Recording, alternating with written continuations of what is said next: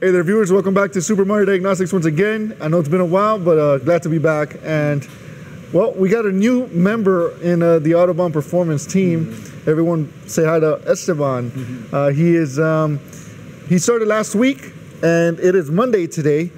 And this was his first Diag, and actually his first Jeep, right? Yep. Yeah, he has history in Toyota and Honda. And this is all new territory for him. And we haven't even gotten into the Euros really yet, so it's going to be exciting.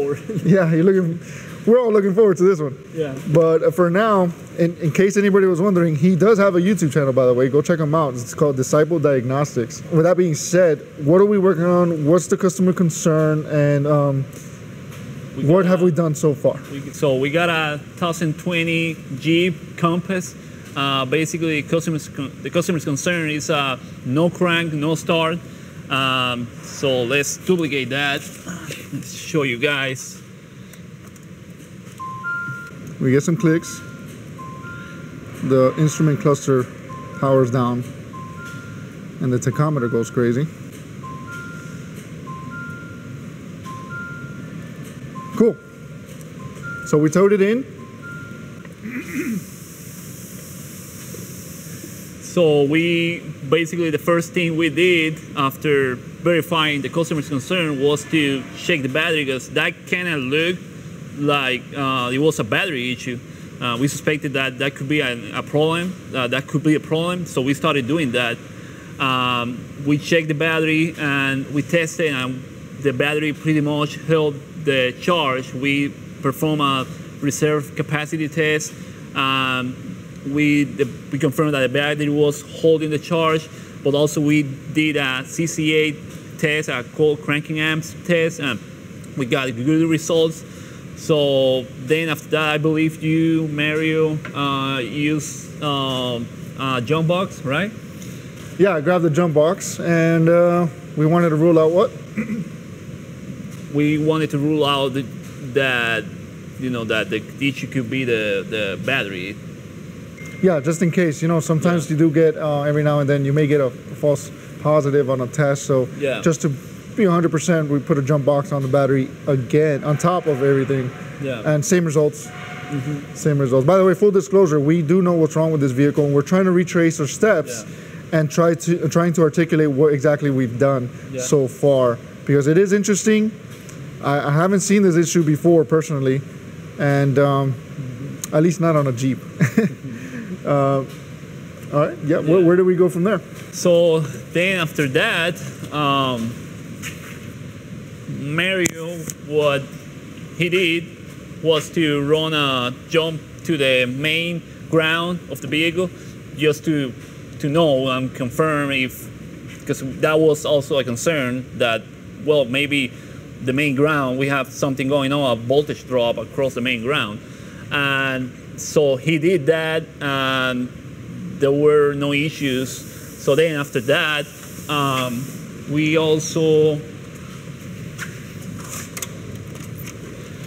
grab a test light, and we basically connected positive, and then you know what? Let's just run through the test, do it all over again. Yeah. All right, cool. So I'm holding the test light here at the battery ground, and I can see my light is illuminated, and we're checking for dimming here.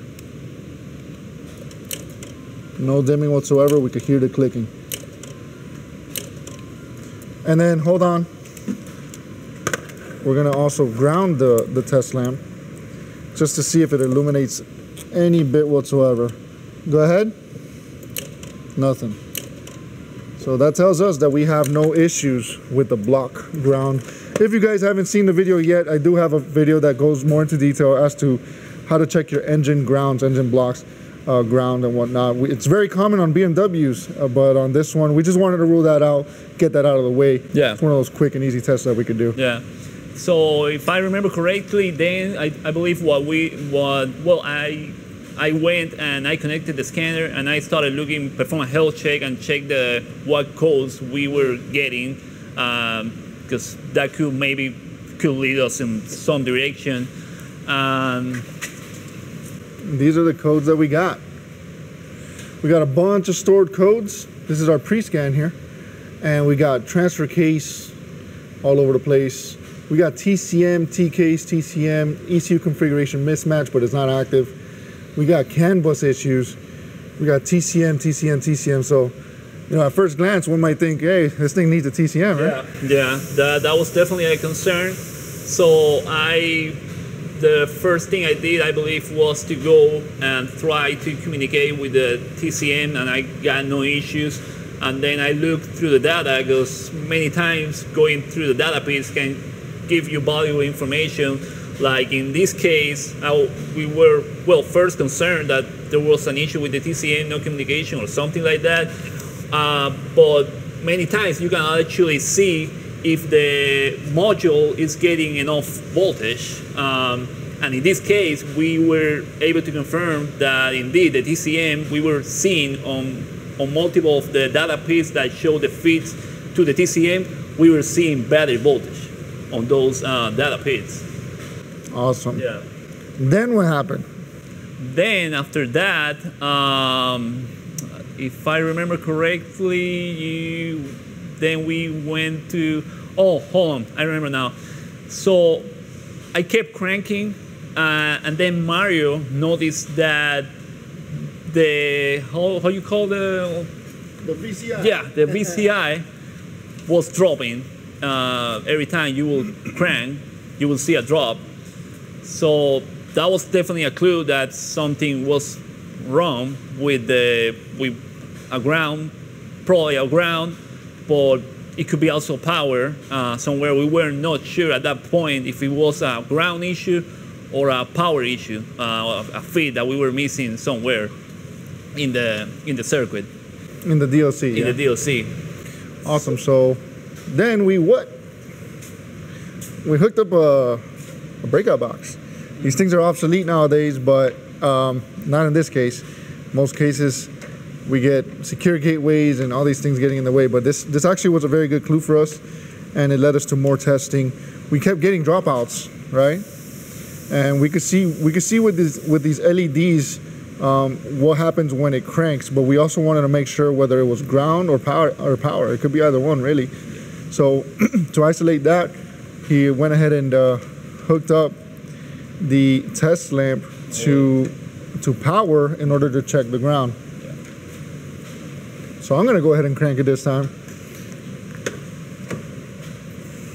Right, we're going step by step, systemic. You know, going by following the symptom. I'm gonna go ahead and crank it, and no difference.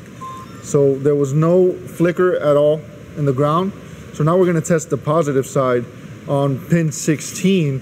He's gonna go ahead and ground out his test lamp, and we're gonna do the same test, and we got the flicker. If you guys, in case you missed it, I'm gonna go ahead and zoom in for you guys and try it again right now. It's very fast. If you blink, you miss it. So that tells us we have an issue.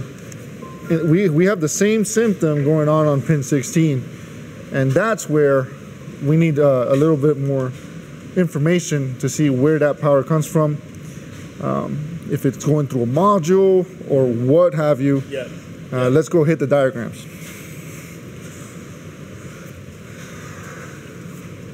Now, let me just hold this here actually.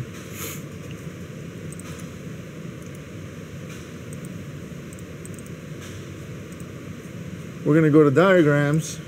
And we're going to go to non-OE, information bus, computer data lines. And there's 6 pages to this thing, but we're really just concerned with pin 16. And we can see that pin 16 comes from fuse 36 in the BCM, and that is hot at all times right here. You can see that. That comes directly, more than likely, directly from the battery to fuse 36. It's a 20 ampere. And we did, in fact, go to the BCM, didn't we? If I remember correctly. It was under the left dash, if I'm not mistaken. Yeah. Yeah, I think we did, yeah. Yep, and you know, we put it all back together now. Well, he did.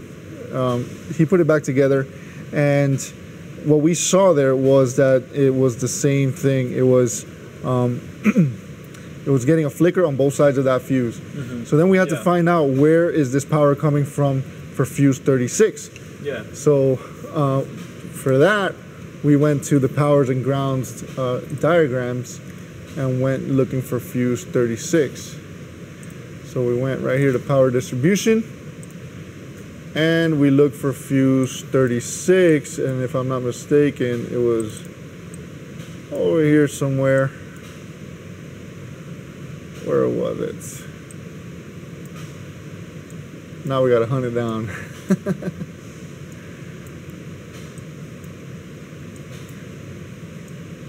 Fuse 36, where is it?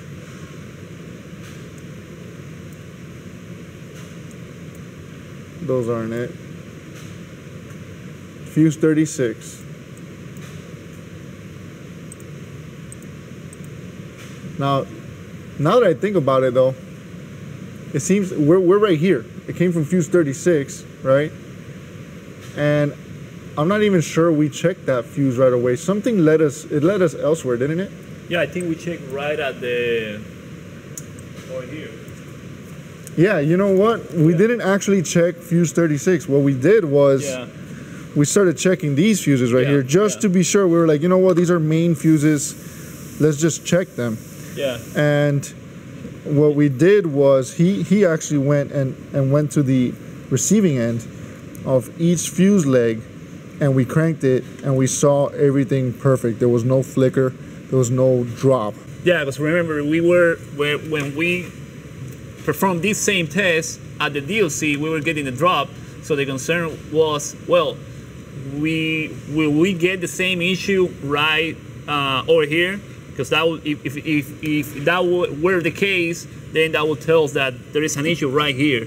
But that wasn't the case at all. Let me prove. Let me, if you want, like, crank, go ahead and crank. All right, here you go.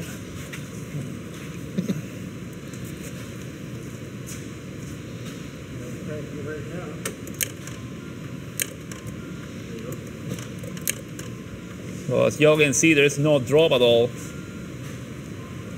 No drop whatsoever. And that's where we went to the diagram. To the diagram. Back to the diagram. But we're thinking OBD. OBD is just one part of it, right? It's a lot of things happening. The clusters going out and all that. And for some reason, I know we went over here.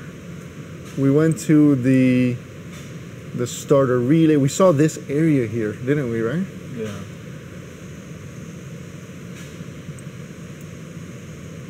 I started looking at this, the ASD main relay. I got caught up in the ASD main relay, didn't I? Yeah. It led us to that 40 Yes, you know, at first it was like, oh, is the ASD main relay supplying power here? But we can see that there's pin 86 and pin 30. After digging a little deeper, it looked like this was actually supplying power to the ASD main relay, not the other way around. And what we found was fuse 7 was a 40 amp fuse, or was it from X? Didn't we see something from X? From the battery distribution unit. That's the one that we were looking at. Right? Yeah. We wanted to see if there was power coming in. Now I'm having a hard time personally trying to articulate how we got to this point, because the OBD is way over here. This is where, man, I wish I would have picked up the camera earlier. The OBD port is way over here, and somehow we got led to a different fuse. Am I missing something here? Let's go back to the, and I appreciate you guys bearing with me on this one. We're gonna go back to this diagram and see how did we get led. We got a 36 20 amp fuse here. Fuse 36 20 amp fuse on the body control module. I know how we got there. We were looking for the body control module. Where was the power going into the body control module? So then we searched body, and there's a lot of them. Am I in the right place? Okay. Yeah. We had a lot of supplies going into the body control module, and that's what led me to it. When it kept saying to body control, to body control, to body control, that's what led me to one of these being the hot at all times, right? We were looking for something that was hot at all times, and I completely forgot about the OBD2 port. At that point, I was focused on what was supplying the body control module. Mm-hmm. You know, because in this case, and this is one of those cases where like this could, wait a minute. This could be one of those cases, I don't know if you guys have noticed, but Jeeps have bad BCMs. And I'm thinking this is a BCM issue. You know, we're getting a flicker, the power supply is going into the BCM. We need to rule out power supplies to the BCM at this point. That's what we went through. We need to rule out power supplies to the BCM before condemning it. Yeah, you don't want to throw parts. Yeah, we don't want to throw parts here, so. And that's what led us to this diagram here.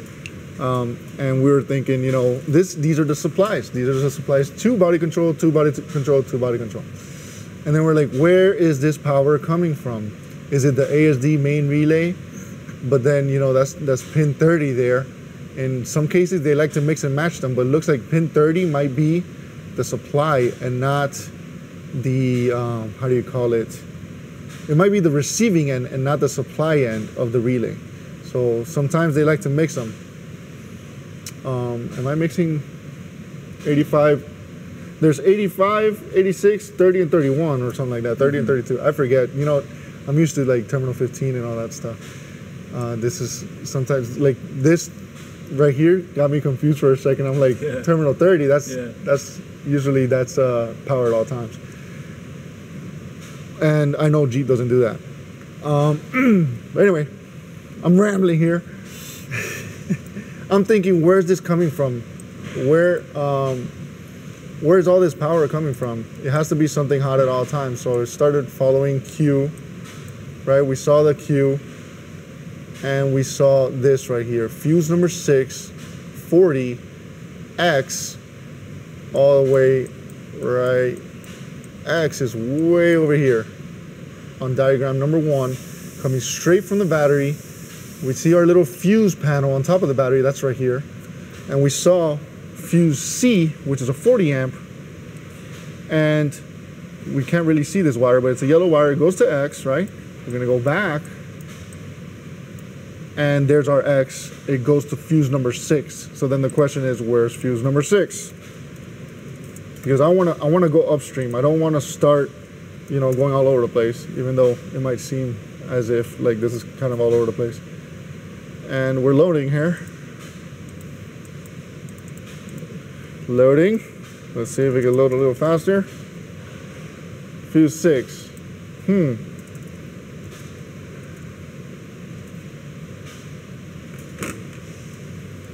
Oh, I know what we did.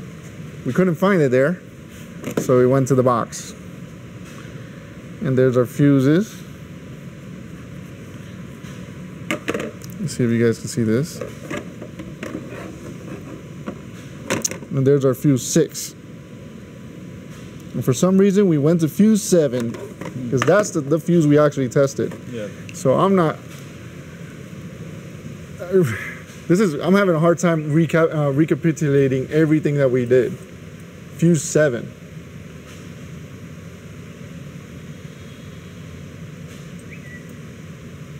We're looking for fuse 7. And the idea was, if we could check fuse 7, which is right here, we're able to see if this coming in has an issue, right? We're able to see if this coming in is gonna be a problem if it flickers. I was like, you know what, let's check fuse 7, it's there, it's big. Let's just see if there's an issue with that power supply. So I think you grabbed your test light, and we checked that fuse number 7. Sometimes it's diagrams, sometimes it's more like, hey, we got a big fuse there, let's just check that, right? So I'm gonna leave this camera here with you while I go and crank it.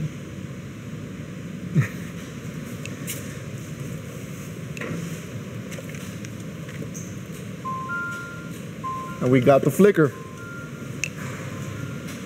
And that's when it was pretty apparent that there is a voltage drop somewhere in between the X's, right? Between the 40 amp fuse over here and this 40 amp fuse over here. And we checked the fuse on both sides. Yeah, we did check the fuse on both sides just to be sure, because we believe in being sure, right? So, and the idea is, let's go ahead and prove that by fixing that voltage drop, everything works. So, and I'm pretty sure, I'm not 100% sure, but I'm pretty sure that inside this box, there is like a how do you call it? Like a bar, like a metal bar, a rail, a power rail that supplies all of these fuses. So what we did next was bypass it. And we got a little fancy setup right here. Went ahead and grabbed that. We put that right there. And we bypassed the rail by putting that power on this fuse leg right here. And now we're gonna go ahead, whoops, that noisy stuff. We're gonna go ahead and check to see if it starts. Did that thing come loose?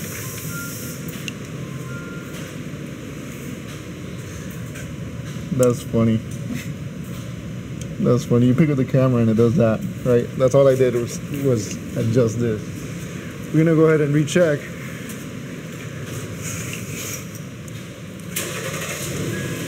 Bam. So that was my fault. And that was funny. That proves that by fixing that drop between the fuse box and that fuse 40, we're gonna have a fixed vehicle. We got the approval upon customer request. We're gonna run an overlay, and you know that's fine with me. I have no problem with that. We won't be filming that part. We've proven that by running even a thin wire overlay, we're able to fix this vehicle.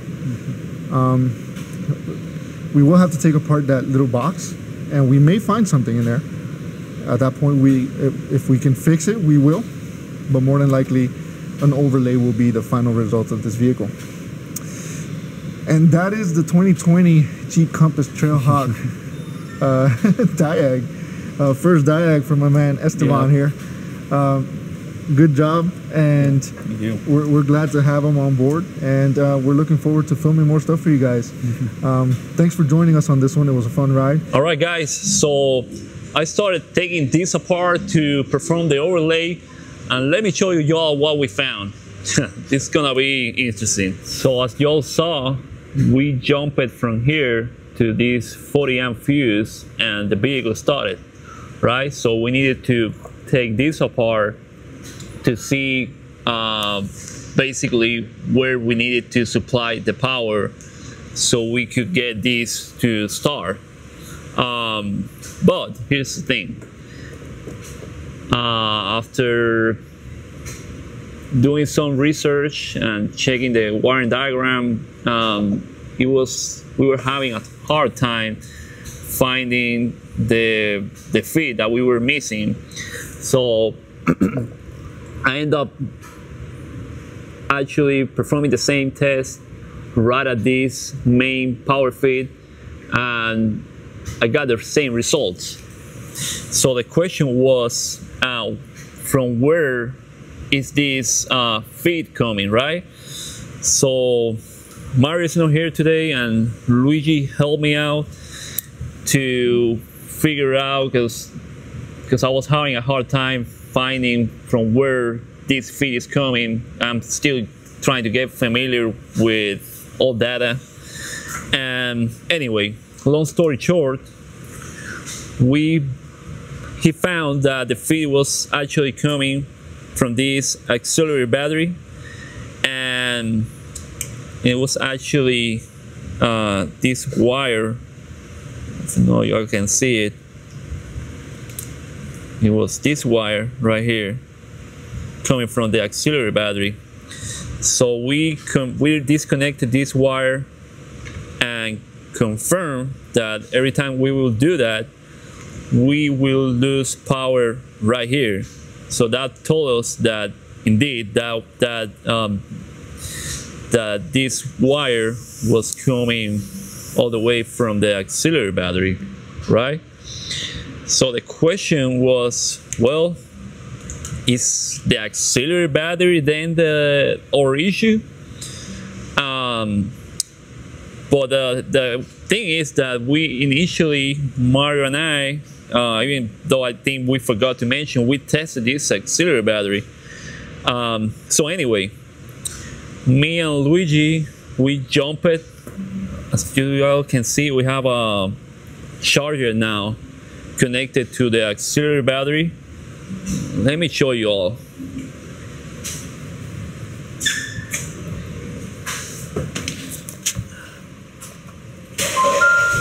Boom, it's firing up.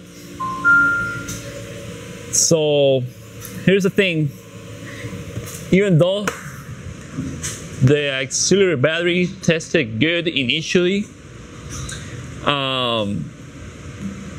we checked service information, and let me show you all what we found. So we got the auxiliary battery right here, and the auxiliary battery actually fits the tipping and the power control relay. And we just confirmed that when we apply power right at the auxiliary battery, everything starts just fine. So that rules out any wiring issue, which was the initial suspect, and confirms that our issue, the root cause, is actually the auxiliary battery. So we got the new auxiliary battery installed, and I'm gonna go ahead and start it to show you guys that this was indeed the root cause of our problem. Boom, starts right away, no indicators. This is perfect. So tomorrow Mario and I will be reviewing this one to kind of reflect on what we missed initially and what we can all learn from it. Nah, just kidding. All right, so we are back, and the vehicle's gone. The vehicle's fixed, and it is long gone. I wanted to close out the video. I was gone yesterday on holiday, and today the car's long gone. I wish I would have been able to show all of. We reviewed this whole thing where we're like, what did we miss? How can this become better? And how can we make this a video that actually is like proves what we're dealing with out here, right? So we pulled up the diagram, and it actually took some doing to find this diagram, I'm not gonna lie. And by the way, how did he do? He did pretty good, huh? I guess. we left him out there on his own. He had to kind of wing it. I'm glad that he took the way he went the route that he did. He didn't just run an overlay as was the original plan, right? So he took it apart and then analyzed the situation. But thanks for doing that, and I'm sure everybody's happy on this one.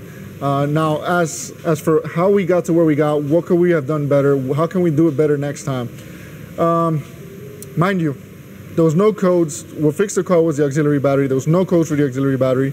Anybody who's seen these Chrysler's auxiliary battery failures has always seen a code. I'm pretty sure you've always seen a code. But if not, leave a comment in the comment section. Let me know what you've been through. For now, we're gonna look at this diagram, right? And I'm gonna show how we got here, because it is in the description and operation. I had to look up auxiliary battery, and I was looking all over I wanted to see how did my coworker get into this? How did he find this? So after much digging, I ended up typing in auxiliary battery and just going to testing and inspection for battery B, state of charge performance, and that is where we found this diagram. So I was able to reverse engineer what you did there. You know, I was like, I like all data. So I was like, man, how did he find this? And yeah, that's how we got there. And taking another look, let's retrace our steps, right? Because I think this is a very interesting find, personally. What we did was, as he mentioned, we did test the auxiliary battery, and it was good. But we tested it with a multimeter, right? And what we saw when that testing took place was that our negative went to ground and our positive was connected through our power control relay to our main battery here. If you notice, this diagram shows a closed contactor. And when a diagram shows a contactor, whether it's open or closed, that is the state that is in when it's not energized. So this is a normally closed relay. So that is meant to stay closed, keeping a circuit intact between the main battery and the auxiliary battery. And when we conducted our testing, that relay was still closed. It was with key off. Now, that being said, the original idea was that we saw a flicker or voltage drop here at the tip-em, and we were going to short or bridge between the auxiliary battery or one of these fuses to here, right? Basically, we noticed some kind of a voltage drop between one of these fuse legs and the tip-em. So that was the idea, right? But then he started taking it apart and he found that the main feed, right, was coming from the auxiliary battery area with the power control relay. So that is where he showed that the power control relay, it would dim. I'm pretty sure we got that on footage. If not, we'll have to go ahead and show that. But it dimmed here, right? And reviewing this, right, this is, as I understand it and as I can tell by the evidence presented, we had obviously a bad auxiliary battery. That was the fix, right? But why do we have 13 volts, right? And how can we prove a bad auxiliary battery if we don't have a code, right? We can isolate it and we can test it. Since the car is gone but the battery is still here, we went ahead and tested it, right? 12.5 auxiliary battery is good, right? Well, let's go ahead and load it up and see if it actually is good. We're connecting a headlamp to it and check out that voltage on a battery, right? That's not something I'm used to seeing. I'll tell you right now, it doesn't even light it up. It doesn't even light it up. And when you disconnect the load, it starts to come back up, starts to recover. So I gotta say, that's an interesting find, and that's probably why it didn't set a code either. It just doesn't have the juice, so to speak, you know, the reserve capacity to provide power, provide loaded power to the components of the that's connected to that tip-em. So that is what we found. The moral of the story is don't trust your multimeter. Yeah. Don't trust a multimeter. Right? Looking back at this, all the electricians are going to be like, well, duh, yeah, it's unloaded voltage. But on a battery, I mean, I got to say, that's not usual for me. Yeah, it's new for me too. Yeah, I've not seen a battery just completely go to 0.2 volts. Was it 0.2 volts or 2 volts? Yeah, around that, yeah. That low, just connecting a 4-amp headlamp. And I was trying to see if there was another way that we could test this, but since the battery was bad, on this particular vehicle, I would imagine that if you were to, the only thing that makes sense, why the flicker, right? The only thing that makes sense to me as to the flickering, because if that's intact from the main battery to the tip-em through this power control relay, it wouldn't drop out on us, the vehicle would crank. But since we do get a flicker, that can only mean that this coil is energizing this power control relay, opening this circuit momentarily during the cranking event. That's the only thing that makes sense. And that leaves the tip-em with nothing but the auxiliary battery.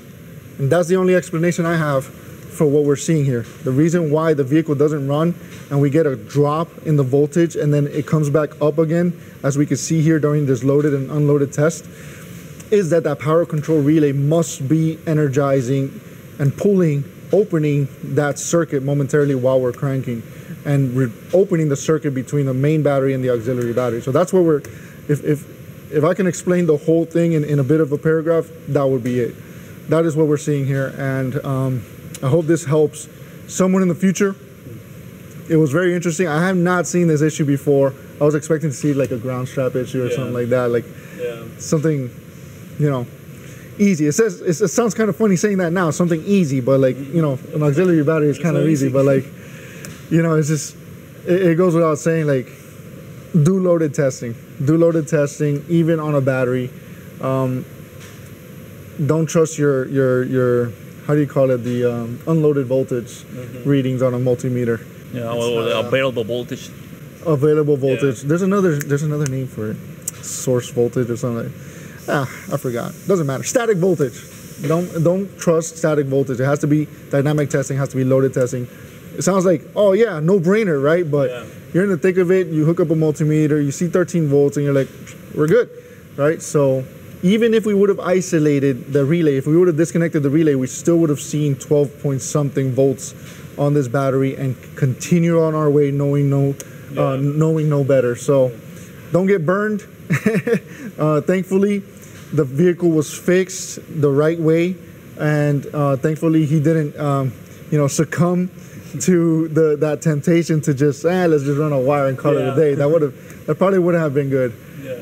So thanks for watching. Thanks for joining us. Let us know how he did. First diag of the shop, in this shop, and let us know if you'd like to see more content like this. Consider subscribing, hit that bell notification, all that stuff. You guys already know. I'll catch you on the next one. God bless you.